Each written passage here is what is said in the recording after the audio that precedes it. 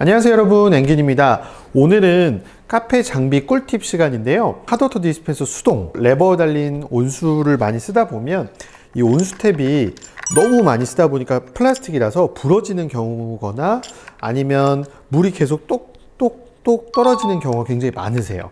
이럴 때 또 AS 부르시면 출장비도 들고 부품값도 금액이 있기 때문에 요즘에 이 정도는 자가 교체를 하시는 경우가 굉장히 많은데요. 쉽게 누구나 핫워터 디스펜서의 이 온수 탭을 교체하는 꿀팁에 대해서 제가 한번 알려드리도록 하겠습니다.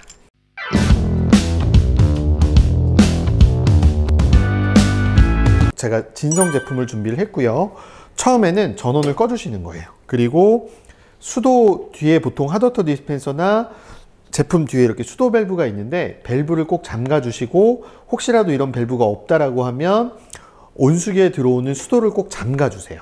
그 다음에 안에 있는 온수기의 물이 안 나올 때까지 빼주시는 겁니다. 제가 한번 빼볼게요.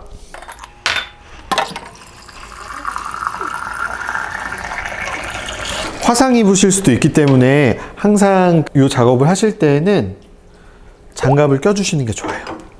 혹시라도 교체하시다가 우리는 이 손잡이가 부러졌어요 하시는 경우에는 이렇게 빼기가 어렵잖아요. 그때는 이제 여기에 송곳 같은 걸 넣으셔가지고 이렇게 들어 올리신다거나, 온수기 같은 경우에는 퇴수할 수 있는 퇴수 밸브가 어느 온수기에나 달려 있어요. 그래서 그 퇴수 밸브를 열어서 보일러에 있는 물을 빼주실 수도 있어요. 그래서 이제 거의 이렇게 쫄쫄 나올 때는 온수기를 기울여 주세요.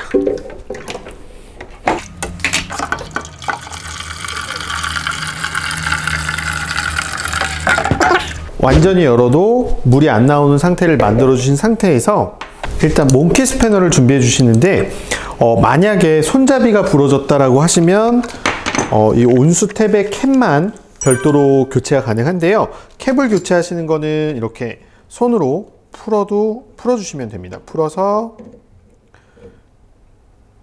뽁 빼주시면 이 캡만 이렇게 새 걸로도 교체를 하실 수 있기 때문에, 굳이 뭉치까지 교체를 안 해도 된다라고 하시면 캡만 교체하셔도 얼마든지 사용하실 수 있는데, 이 캡만 교체하실 때에는 꼭 같은 브랜드셔야 돼요. 브랜드가 다르면 이 고무 실링의 두께나 이런 것들이 달라질 수 있기 때문에 브랜드가 같은 브랜드나 모델을 꼭 같은 모델로 사용해 주셔야 된다. 그리고 이제 전체를 교체하실 때에는 이 몽키 스패너가 필요한데, 몽키 스패너로 이렇게 이제 풀어서 시계 반대 방향으로 풀어 주시는 거예요. 그래서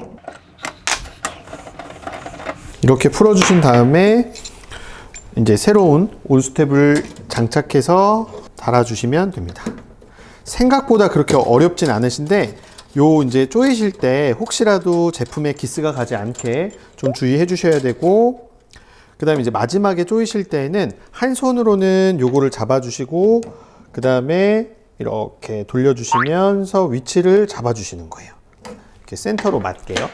이렇게만 하시면 온수 탭을 아주 쉽게 교체를 하실 수가 있고요.